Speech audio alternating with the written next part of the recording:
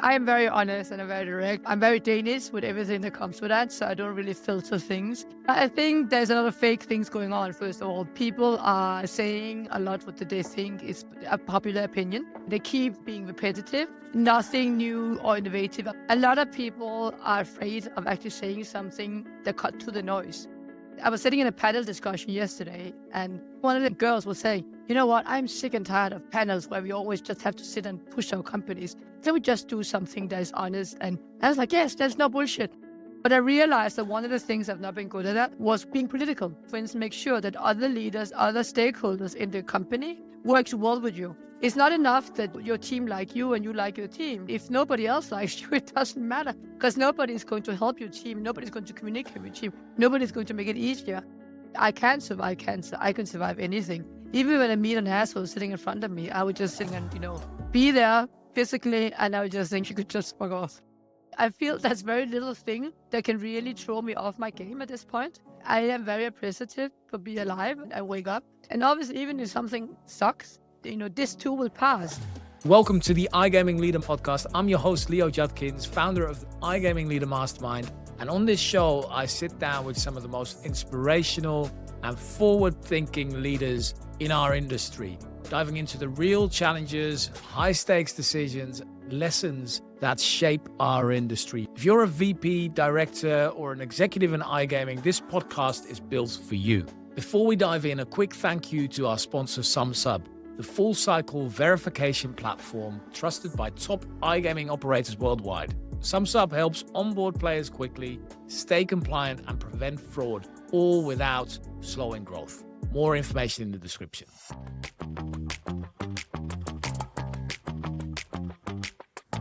Hey everybody, welcome to the iGaming Leader podcast. My guest today has built brands, scaled teams, made massive decisions across tech, fashion, iGaming, financial trading, but she's been reduced to her appearance, her relationship, her illness, and every single time she has refused to let that be her story. She's a cancer survivor competing in HYROX on just 60% lung capacity and one of the most direct, no bullshit leaders I've ever met. Lina, welcome to the iGaming Leader. Super excited to talk to you today. Thank you so much. And thank you. Oh my God, you've really been researching me. I really appreciate that. Most people I have to explain all these things to. I feel like now everything has been said. Very nice to be here with you. Lina, I really remember the first time we met. We'd been talking on LinkedIn for a while before that, in the comments and stuff. And it was at the boxing session, right? I was stood there. We're like hitting the bags. We're all ugly, sweaty, working out. I hear you say something about fake bullshit that goes on in the industry on LinkedIn and how you hate it and how it was time for some authenticity. I so love that. And I think that moment for me really describes all of you, right? Like how you approach just being you. Can you tell me a little bit more about that? I know it's a broad topic, but I'd love to kind of hear what your thoughts are on. So first of all, when I am very honest and I'm very direct, I'm very Danish with everything that comes with that. So I don't really filter things. I've been told multiple times by my British peers. I live in London, so people are not, I would say, that happy with me being that direct. What you're asking about, you wanted to know why I think it's bullshit. I think there's a lot of fake things going on. First of all, people are saying a lot what they think is a popular opinion. They keep basically being repetitive. Nothing new or innovative are being shared. And I think some people obviously are doing it because they hope they're going to get LinkedIn engagement by basically just repeating something they think works for somebody else. And somebody is just saying something to try to be relevant. For me, it has exactly the opposite. I cannot tell you how many people I've unfollowed because of that. So if anybody is watching this and wondering why I'm never liking their posts, that's probably the reason. Sorry, guys. You feel free to unfollow me as well. But I think that's it. A lot of people are afraid of actually saying something that cut to the noise. I was sitting in a panel discussion yesterday, and actually one of the other girls was saying, you know what, I'm sick and tired of panels where we always just have to sit and push our companies. So we just do something that is honest. And I was like, yes, there's no bullshit. So I think that is the thing. I feel that people think that to sell something today, you have to be very like a forgot duck, But for me, it's exactly the opposite. If somebody is like, listen, you're smart. You don't have to sit and say the brand all the time. People go in and look at your profile. We'll look at what you're doing. If you were, every time we saw you, you were having a sign in your forehead saying the brand, we were like, that's just so, okay, I'm not allowed to swear, like, but that's just weird. Lena, I loved it because that's everything you stand for. I saw you some post. I saw some guy posting something, I think last week or something, about how women all dress up to get attention. I saw your comment on it, and it was so good. Where you just went, look, I don't know what you're on about, but it's you.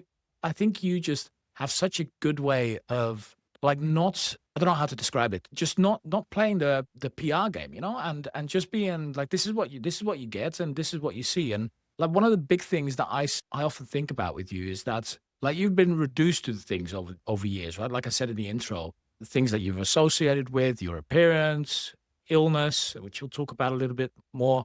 But tell me a little bit more about those assumptions, Lena. Like which ones were for you maybe the hardest to shake, and yeah, how's that affected you? I think the first one where I really realized that people had opinion was me, really, and I actually shared that story not a long time ago. So when I was younger, I started one of the first gadget magazine in Denmark, which I think was kind of accomplishment. I too, because I had absolutely no money, I also host on a gadget show in Denmark to advertise for the magazine. This is why mid-20s. But then I started dating a guy who became famous really, really quickly. And for some reason, everybody just identified me with him. I got hacked. I got harassed. People were saying the only reason I was successful was because I was with him. Although I have had a career since I was, 17 years old. And everybody who knows me know I've always had at least 2 jobs. The fact that I suddenly got diminished because I was with him was such a big shock. I didn't even consider it. I've never been one of those pretty girls who, which I thought was just good. And again, there's nothing wrong with that.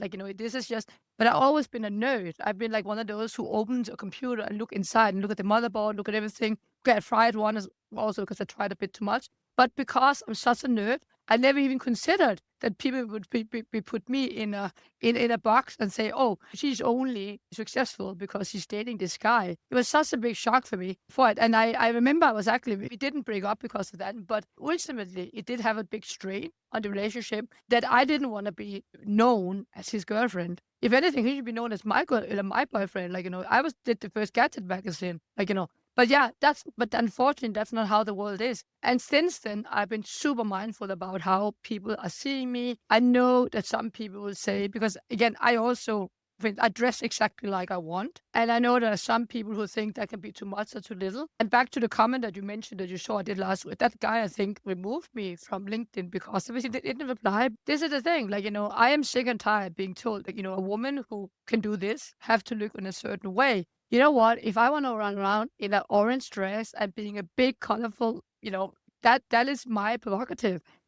And I feel it's such a weird thing that we keep telling, not just women, but everybody, to be this person, this career, you need to fit into this box. You have to make yourself to this type of person, And I feel for me, that is actually bullshit. We're talking about mental health. And at the same time, we try to limit people to become something they're not even. It actually goes to that whole PR perception thing as well, right? The thing you were talking about when you were on stage yesterday, or that panel where you're saying, oh, we got to promote our business. And people feel that they always have to show themselves from a specific side, like the best side, or they always feel that they have to fit in this specific box, and all of that is nonsense, right? You just do you.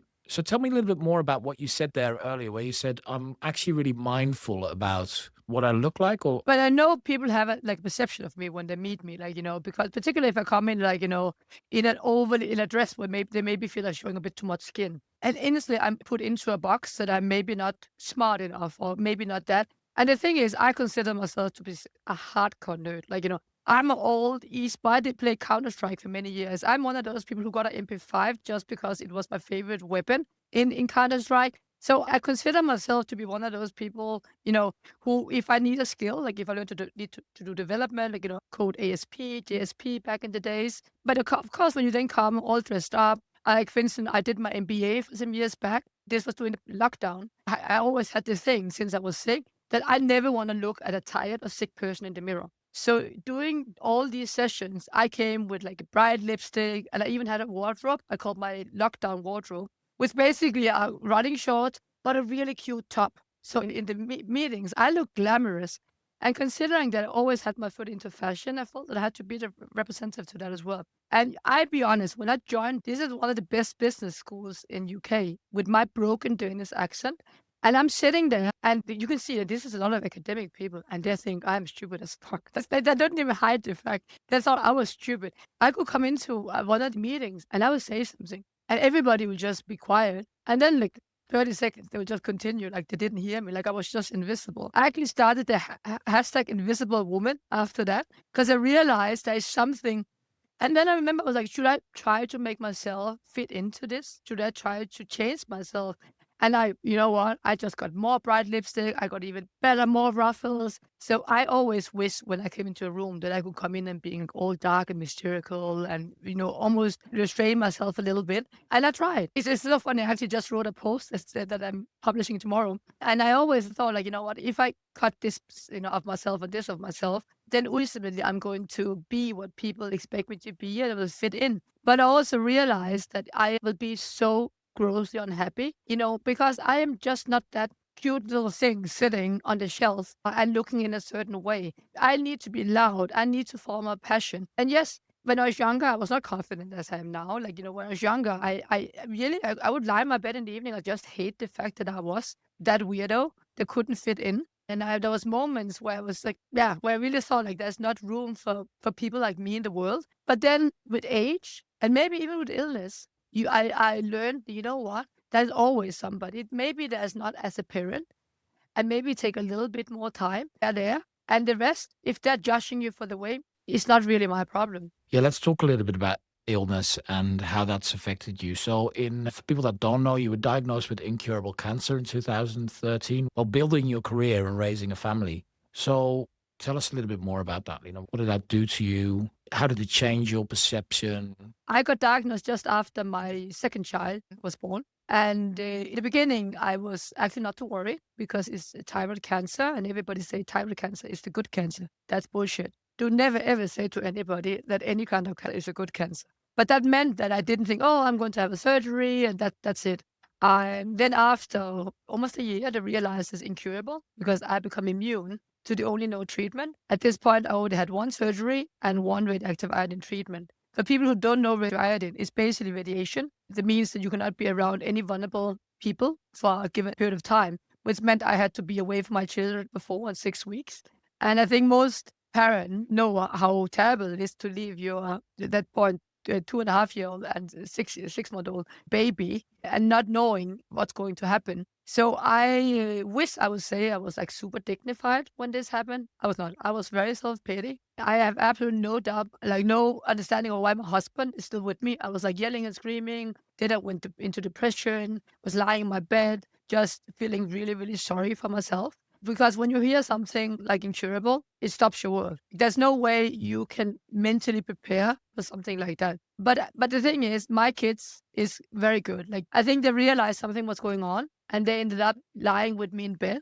And they didn't ask me for anything. They just were lying there. And I think I was in bed for 2 or 3 weeks, but this time is very blurry. Like maybe it was more, maybe it was less. But I also remember I was thinking, if I'm going to go out, it's not like lying in the bed and almost having cramp because you've been lying in bed for such a long time. And I realized I'm going to try to take some control back. And I decided I'm going to start exercising. It's not like I start doing long my first run was like 7 minutes. No, even to buy the right equipment, like buy the right shoes, like I had no idea. Like I went into like one of those supermarkets that also sell clothes. So I didn't even went to like a because I had no idea where to start. And yeah, I started running. I very slow, nothing amazing. And then it slowly became longer and longer until I did my first half marathon. And then because I'm an idiot and overdo things, I lost a ligament in my ankles. I needed double ankle surgery for that.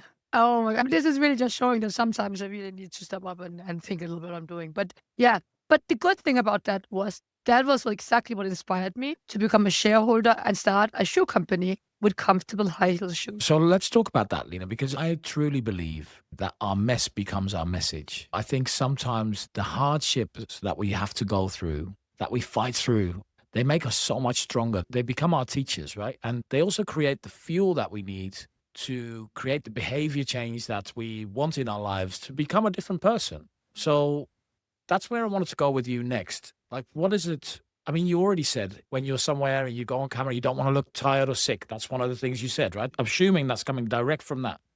So I'd love to hear, how has it changed you? How has it been a teacher for you going through incurable cancer? I'm really mindful that not everybody has a journey like me, so I don't want to say that cancer is a good in any way because it was not. But I think for me, exactly as you said, it did become, where you have to make a really strong decision in what kind of control do you want in your life. It had been eye opening, not just to my body and what I can do, like, what kind of life I want, but also my mental health. Like, I was struggling a lot before I got diagnosed for all kind of reasons. Like, I'd never been one of those people who were very much in contact with myself. I had very big chips on my shoulder, like maybe because of some of the things about fitting in. But since then, I begin to realize I can survive cancer. I can survive anything. Even when I meet an asshole sitting in front of me, I would just sit and, be there physically. And I would just think, you know what, I survived cancer. You could just fuck off. Like, obviously, I'm not saying it. I'm probably one. Now everybody afterwards will think, hey, did she do that to me? But so I feel that's very little thing that can really throw me off my game at this point. Because of course I can have a bad day, but ultimately, like, yeah, I was talking with a friend the other day who was going through a rough time. That was like a really good mood. And I said to him, I'm so sorry, but it's one of the side effects of surviving cancer is that I am very appreciative for being alive and I wake up.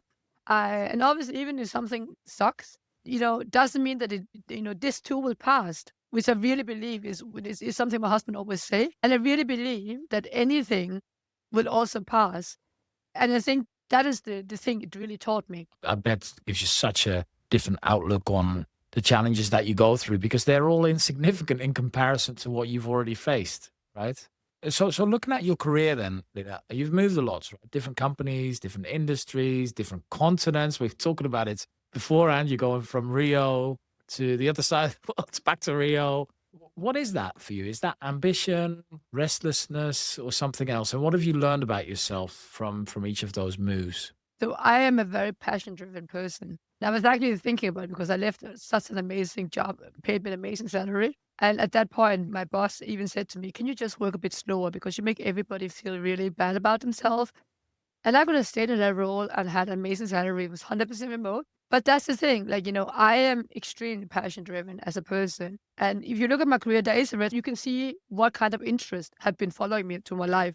So back in the days, I'm a tech person. I absolutely love tech. So although I'm educated fashion designer, so there you can see the fashion came in. It's really quickly this is not an industry I want to work directly in, but maybe invest in. And that's why we're the shoe company. But tech has always been the strong, like connecting between everything I've done. I began to play poker after some time. And I realized, okay, poker is amazing. And I got the opportunity to work with poker. And then while I was working with poker, I realized and I got the opportunity to do my MBA. And in one of my projects, I decided to do a sustainable blockchain, which we incorporate into the shoe company. But also I realized I want to know much more about this. I want to do a doctorate. And, one day, that's the only binary title I think suits me would be doctor. All the other things I don't understand. I accept it, but I'm too old for that.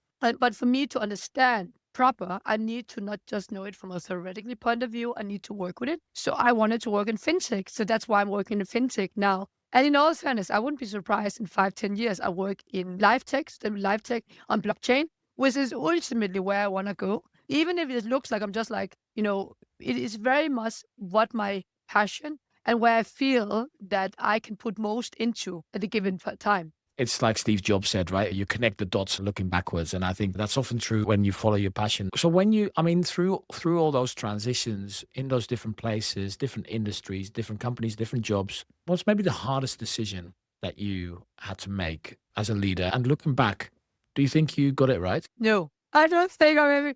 But this is the thing. Like I always joke about. I hope that when I grow up, I will get it right. And considering I'm almost 50, like I begin to believe it's not going to happen. But no, I don't think by all means that I've done this perfect. I am a super flawed human for it. But one of the things that is very important for me is to be able to protect my team. I know a lot of leaders is very driven by ambitions for the company. But for me, it's really about growing the people that I'm working with.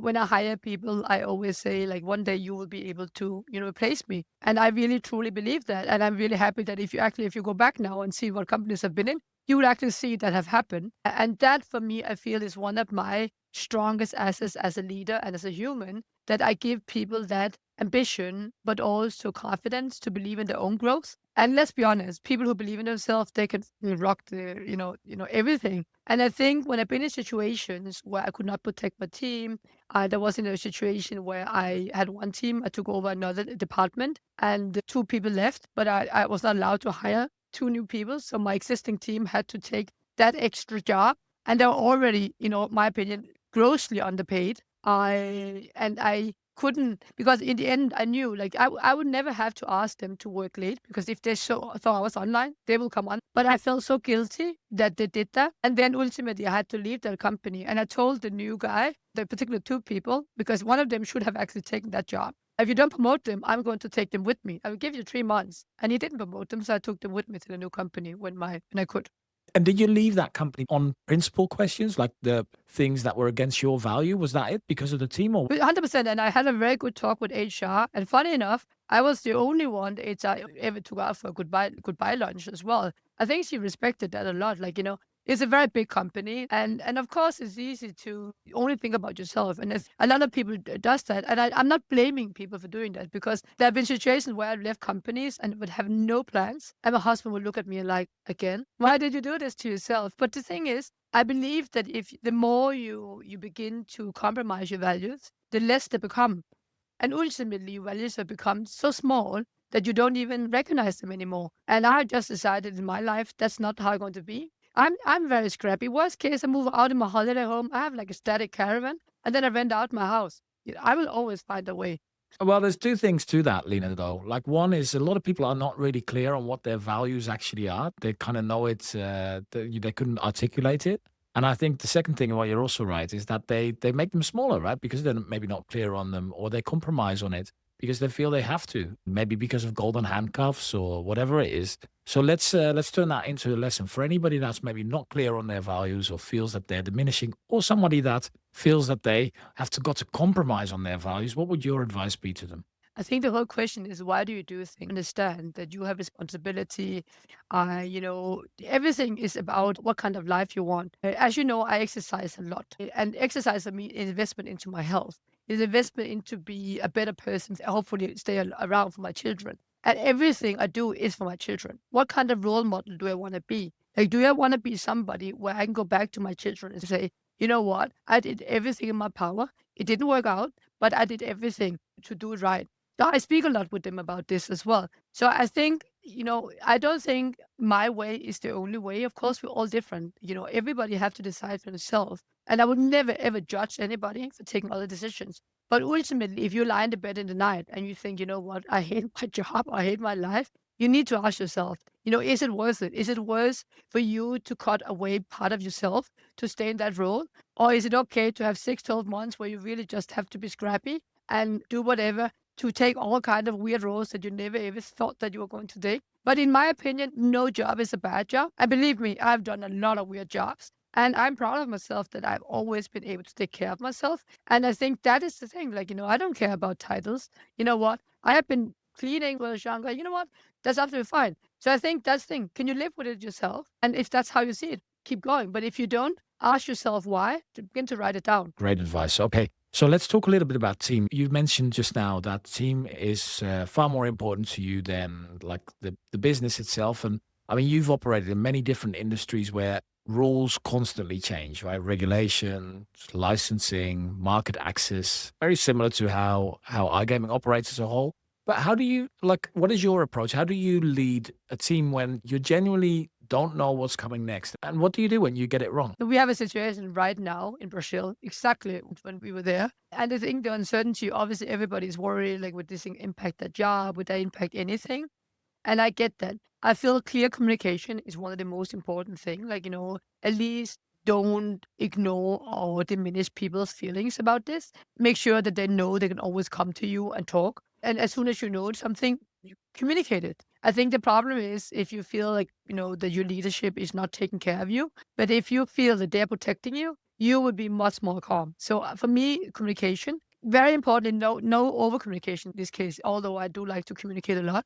But to make sure that they at least know that as soon as something is changing, they will be the first to know. Clear communication. Don't over communicate. Make sure you communicate quickly and concise. Be concise and clear about it. Love it. Great advice. You've worked in a lot of different, with a lot of different leaders. And so I want to talk a little bit about the gap that you perhaps noticed. There's different leaders in different companies, of course, but what's the biggest gap that you see between like what leaders say about how they lead and what they actually do? Oh, this is the interesting one. So I think in our industry, one of the strongest things about gaming is that we have no like everybody. People don't need to come in with a degree. If you are shown that you are hardworking and a grinder, you come in, which is a really good thing. It means it's accessible and very inclusive for everybody. The problem is, although a lot of people think that studying is just a bunch of bullshit, you actually do, learn tools. Because I always thought before I studied that I was a great leader because I'm always somebody who's very empathic. But I realized that one of the things I've not been good at enough, two things that have not been good enough, was one, being political. And as soon as people say political, I mean, like, for instance, make sure that other leaders, other stakeholders in the company works well with you. It's not enough that your team like you and you like your team, but if nobody else likes you, it doesn't matter because nobody is going to help your team. Nobody's going to communicate with your team. Nobody's going to make it easier. And the other thing, protect your team fiercely. You are not there to be the best friend of your team, which I thought was actually the thing in the beginning. You need to take the fight with HR when there is a salary block and your team have not gotten anything for a year. Your deadlines are absolutely unreasonable. You're the one who have to have the gut to go up to maybe the management and say, hey guys, this is not okay. This is not fair. And I feel a lot of people don't have that because they think about their own position. So they don't take that fight for the team. So I either see these very friendly leaders who are very, very friendly with the team, but don't take that fight, or are not really understanding how to work with other stakeholders. And I think that is some of the tools that you can learn that I feel people are missing right now. Then when we get to senior leadership, I'd see some other things that then start cropping up. People that have been in the industry for 10, 15, 20 years, quickly grown throughout their careers because it's super accessible, like you said, right? They maybe started there at 23, just like you and me, and they grow through and they come up to C-level. Suddenly other problems start happening. So you kind of figured out you shouldn't just be a nice guy because your mates are now your team. And what are the gaps that you see there? Is there anything that you notice there kind of at C-level where there's a gap between what people say and what they do as leaders? This is a little bit maybe what the bullshit I mentioned on LinkedIn in the beginning, isn't it? Like, and I think a lot of people, let's just talk about, about being uptight. Everybody's saying they want to do it, but really nobody is doing it. They're doing like the bare minimum. I feel a lot of people are thinking more about how they're looking, but actually putting actions into the words. I remember I was in a big company where we at one point, and we've been talking about, oh my God, we've been hammering with DIPE and being inclusive for years. And then they present this whole new senior leadership. And there was 4 guys and a woman, and they all made this presentation of themselves. All 4 guys like, yeah, I have this amazing wife, she's taking care of the kids, blah, blah. And then the one woman, yeah, I have no kids, blah, blah. And we were like, okay, so you literally just told us, like, the only way that you can be, a senior woman in this company is if you didn't have any, or you should have found yourself, a wife who could take care of the kids, one of those two. And I feel there's so much of this where people are saying they want to do it. I feel they maybe lost a little bit touch with what's going on. And I think that's what you mentioned as well. So instead of actually, like the same thing, all these satisfaction surveys that comes out, I'm sorry, but this is for me, I don't like to put something, but this is the most American, like, stupid thing. But all these surveys, and you've been together, and we promise we're going to do something. And like, I have filled in so many of these surveys in my life, and I am extremely comprehensive in my feedback. I never just say, we give the 5 points or 3 points or 1 point. I always really, really, I cannot remember any time in my life, and I'm almost 50, where I felt that anybody have given a shit about what I have given of feedback, or where I've seen this been implemented in any way. And it's like, okay, we want teams to be saying that we care about the feedback, but it's just a way to make us think that we have a voice. So I feel like out of touch with the personnel, too little action and too much fluff and BS. I love the fact that you're calling out diversity, inclusion. I think it's such a good point because in many areas that are kind of popular from a PR perspective, right? They're like the current trend to talk about. it gets talked about a lot, and then there's very little action, or the action that's taken is, like you said, is the opposite of what should be done, or actually confirms the bias from before. So how do you feel people could? No, but ICE, Benson, who made this whole DIVE initiative, which I think is a really good idea. However, the only people who participate in the panels and the only one who listen to it is people who's already agree. It's already people who think, yes, we should do DIVE. The ones who actually should, and then last time at ICE, I actually called it out, and I was like yelling, because the problem was they gave people headsets. Should the people who just passed by would not have any idea what we were talking about on it. So we didn't get any like just, and I was like trying to yell them up and say, guys, like this is the one. We want more guys to actually come and join us. We want senior leaders to come and sit here. And I don't know if I scared them away. Some people stayed for like 2 minutes and then they were got off again. Maybe just take a photo. Hey, I sat in on a DIVE panel and then I left. But this is the thing. Like we keep saying it, and I am one of those people when I see and I scroll down and it's just white men. And I have nothing against white men. My husband is a white man. My son is a half white man. Like, I think they're great. But the thing is, when you see 10 panels in a row and it's all white men, and I say, and I address it, then a guy will say, "Oh, but why? It should be about the skills and not the gender."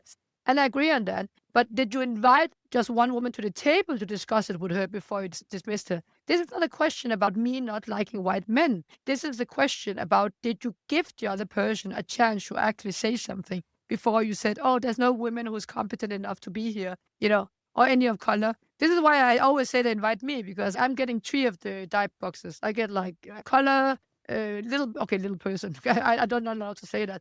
Mom and a woman as well. Oh my, I almost forgot I'm a woman. Sorry. Yeah, I think it's such a good point. We see it everywhere, right? How do we close that gap, you think, Lena? I mean, the obvious answer is, and I don't want you to give the obvious answer, because we were talking about what people say they do and what they do. The closing the gap is actually just doing what you say, obviously. But how can we, for somebody maybe listening to that thing, so like, yeah, it should just be about skills and whatever, I don't care what she says. How do we close that gap? But first of all, it has to be a podcast like yours, because if I was sitting in a DIVE podcast, we both know that it's the only people who are going to listen to this will be people who's already agreeing. So this is already a good first step. But this is the thing. I think people have to understand it's not a war against. It's basically just an opportunity to it. Listen, I had a guy coming to me the other time, and he said to me, "Yeah," and he wanted to sell me some media buying and some influence, and then he says to me, "Yeah, because young people, they know these things much better." And I had to stop him and say, "Honestly, did you just use age against me?" "Yeah, but they're not really." It's like, I think I can. And I said to him, "Okay, I always feel sorry for you that you would say this to me.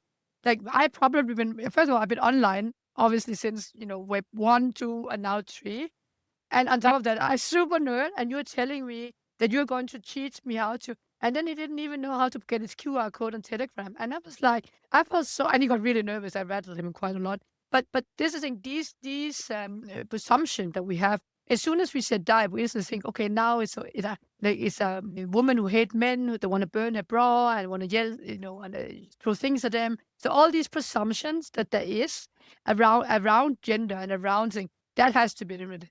I think, first of all, that this is really important. Is that, so I, for instance, never want to win a female award. I've been asked many times if I want to participate in female, and I've said no. If you nominate me for a leaders award, that's great, but I don't want to be nominated for a female leaders award. And simply for the fact that I think that segregation makes it harder. It doesn't mean that I don't believe we should support women and support people of color, but I think when we have the segregation, we actually polarize and make it even harder to be heard. And let's be honest, if I'm going for one of those votes, I wouldn't like to, just be with one gender or with one race.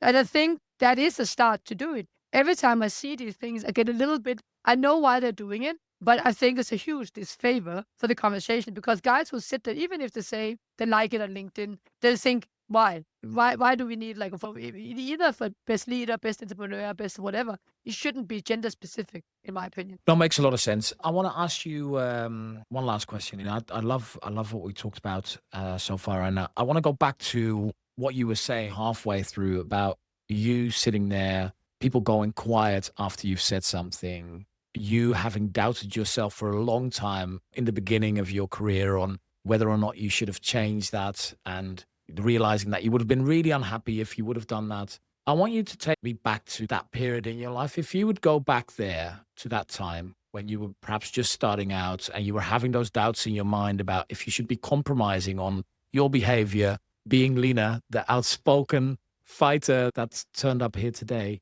what will you tell her in that moment of doubt? That's actually a really heavy one, because as I said, it was even if I'm very confident today, I was very, very good at my career that time, but I was so lonely in my 20s that you cannot even imagine. I remember one guy actually said to me at one point, but nobody want career women this age, maybe in your 30s. And I was like, oh, okay. I would just sit here and drop myself down over in the corner then. I would never give such a snazzy comeback, by the way. I would just have been like, okay. So if I met, and actually when I meet women like myself, so I've been mentoring at Hull Business School. So I meet young women in the beginning of the 20s now, and I would tell them to not give a fuck. I would say, you know what? Yes, maybe there will be people to tell you that things have to be in a certain way now. And you know what? For what is worse, this is why we have social media. Then we can see that all of these guys are still stuck because they have been spending all the energy to conforming. And look at us now.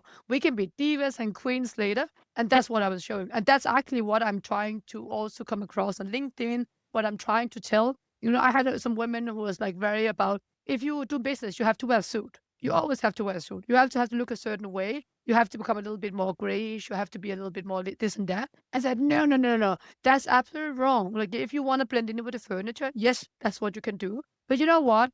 Show yourself. So I would just be that loud person coming back to myself and say, you know what? Honestly. And also when you get older and get more money, you can just do it. You get the freedom that you want. I'm not saying money gives you happiness. It does give a bit of freedom later on. Fun. I don't know if it would be a good advice, though. Maybe I just have made myself more confused. I'm not sure. I think it's great advice because that is the thing, isn't it? If you're just in the middle and you're just compromising and you're trying to satisfy everybody, the only person that you're not satisfying is yourself. And I think it's better to be polarizing. People will hate you and people will love you. And that's fine. That's the way it should be. So, Lina, it's been great having you on the podcast. Thank you so much for sharing your story. Thank you so much. As I said, I actually tapped into a couple. I almost feel a little bit sweaty now. So I feel like this has been a very heated and passionate conversation. So thank you so much, Leo. Thank you. Thank you for listening to the iGaming Leader podcast. If you're a VP, a director, founder, or an executive in iGaming, making the biggest decisions alone, that's exactly what I've built iGaming Leader Mastermind for. Small inner circles of vetted senior executives, weekly hot seats, and accountability from people who understand the effects of the decisions that you need to make. Find out more and apply at igamingleader.com. And a final thanks to our sponsor, SumSub, the full cycle verification platform for iGaming operators. Player onboarding, AML, fraud prevention, all in one place. More at sumsub.com/gambling. See you next week.